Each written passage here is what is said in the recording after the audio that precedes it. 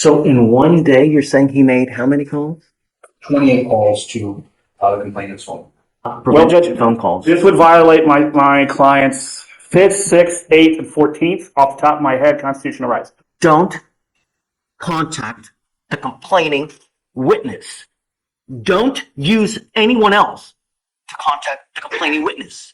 Don't use anyone else's number to contact the complaining witness. Today we've got a defendant who cannot stop dialing the complaining witness, like it's some kind of twisted loyalty program. Over 300 calls to the same number from inside a jail cell. And he's not even subtle about it either. He's using his own PIN, other inmates' PINs, third-party numbers, basically every option except the legal option. Not calling her at all. The judge already told him point blank not to contact the victim, and this man treated that order like it was a suggestion on a restaurant menu. The obsession is so strong it's honestly concerning. Like the only thing stopping him right now is physically cutting off his phone privileges and isolating him in jail. And now he's sitting in court acting confused about why everyone's alarmed, when he practically turned the jail phone into a personal hotline. The tension is high, the judge is irritated, and this defendant looks like he's about to learn exactly what no contact really means in the legal system. So how far will a judge go when someone refuses to listen? Let's go ahead and dive in.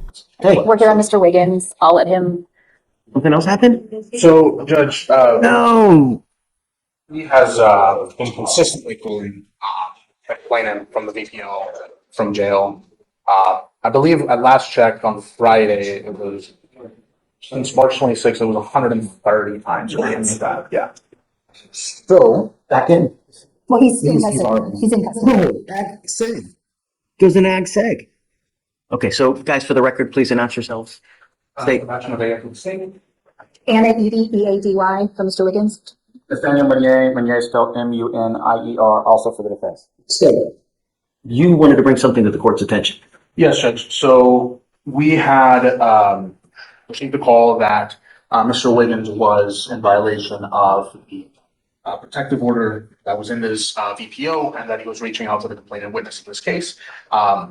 We have checked those jail calls. Those jail calls show that since March 24th, which is, of course, after the October VPO, since just March 24th, we have 293 calls made to the complainant's phone number.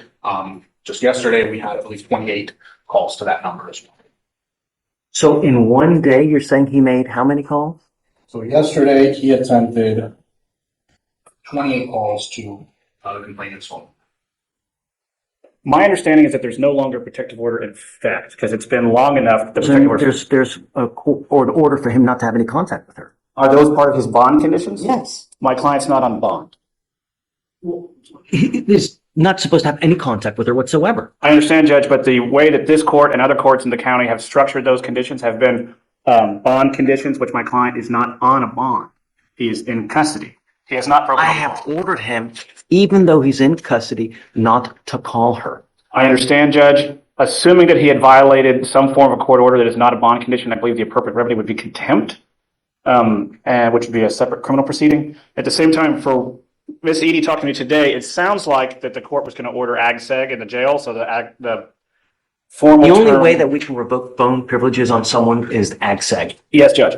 My issue with that is it's a hammer when a scalpel is needed. So while I understand that the district attorney's office has alleged that my client is called a victim in this case, there's no protective order in place. The bond conditions are not in effect because he's not on bond. Thus, no crime has taken place. And third to that, Judge, if he's to move to ag seg, he would not be able to make any phone calls, not just to the victim, but anyone, including counsel, which while we are here on a misdemeanor, he is in custody on a felony and relatively serious felonies.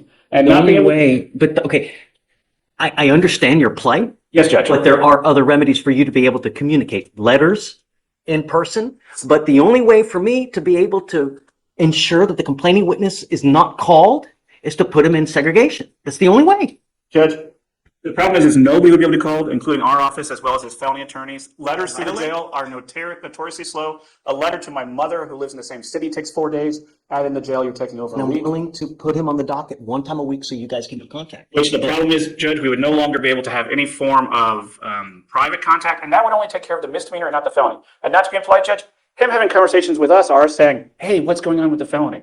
And any jail visits that take place in ag seg are actually recorded. They're notified by counsel going through the door that those calls are being recorded.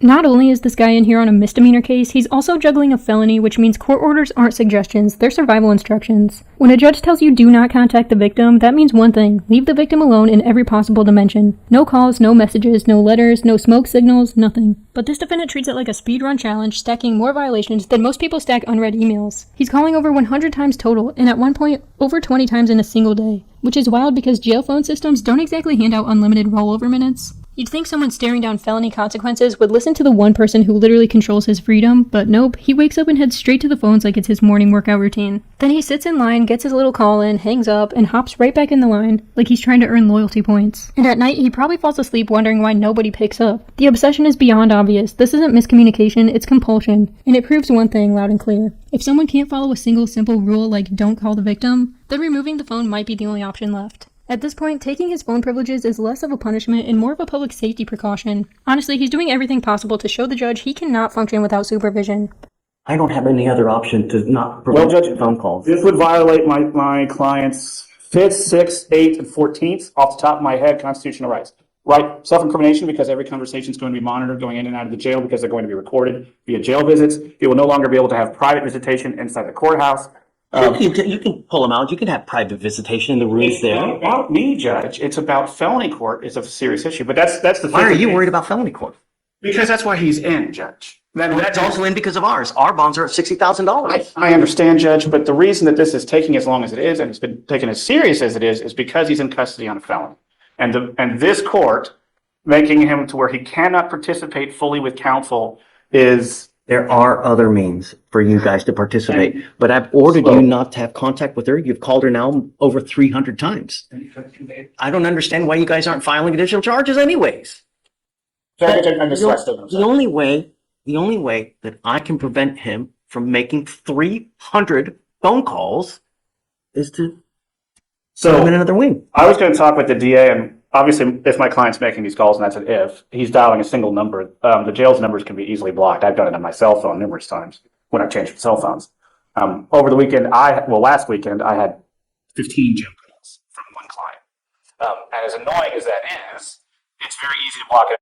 And I assume the victim could do the same. I have not heard anything from the state. Tell the victim what to do, Nathan. I'm not going to say, can you please block your number so we can't call you? The least restrictive means, Judge. Strict scrutiny dealing with constitutional rights. No other way to prevent him from making phone calls.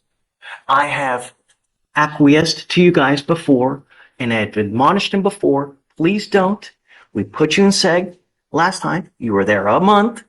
You came here begging and pleading. I'm not going to do it. I'm not going to do it. And now we have 300 phone calls. So I don't know what else to do. But now I'm back in AXA. I'm going to sprinkle the word allegedly to the phone calls because it's the kind of thing where records would exist that have not been provided to the defense by the state.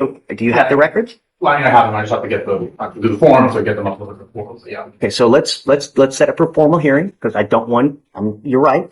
I don't want to give you state the benefit of the doubt without him actually or Anna actually seeing it and seeing that the phone calls were actually made. So let's set up a formal hearing. How soon can you get him the evidence? And if we could keep him in normal population so that we could visit him, as does his family counsel, and they Mr. can Wiggins, I'm going to have you sign an affidavit from today promising me you're not going to reach out to the complaining witness in this case by any means. If you do, I can have a contempt hearing, and every single time it's punishable by up to 6 months in jail and a $500 fine per the advice of your lawyer.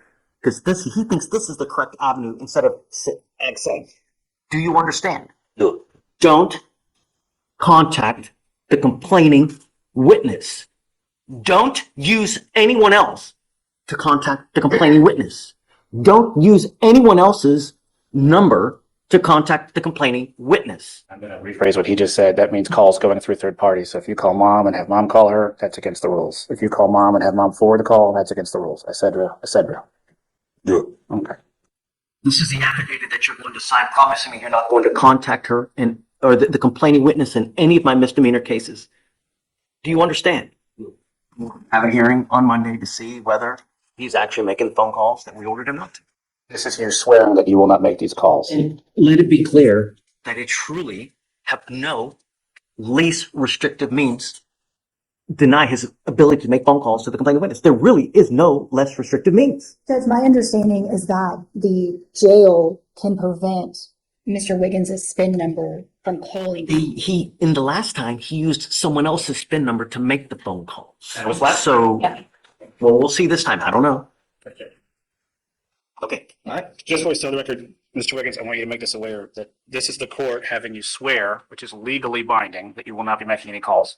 And if you violate this sworn oath, then that is punishable under the law. You understand? Yes. Okay. Thank you, Judge. Thank you. Thank you. Honestly, credit to his lawyer for even attempting to defend him here because that man was working uphill with no gear and no oxygen. The judge clearly wants to protect the victim, and isolating the defendant in administrative segregation would absolutely stop the cause, but it's also the harshest tool in the drawer. Having him sign an affidavit promising no future contact might actually be smarter, because violating that document means bigger fines, more jail time, and zero wiggle room. What cracked me up, though, was the idea of asking the victim to block his number. Why should the victim have to lift a finger when she's already told the court that she wants no contact? The responsibility is on the defendant to follow the law, not the victim to dodge harassment. And seriously, I still can't wrap my head around how someone makes 300 calls and doesn't realize, hey, maybe they're not answering for a reason. This man looks like a sad little puppy in court. But you know that's not the energy he brings to that jail phone bank. So what do you guys think? Should the judge have sent him straight to AdSeg and wiped his phone privileges entirely? Let me know down in the comments because this one's wild. Thanks so much for watching. Don't forget to like and subscribe, and I'll catch you in the next one.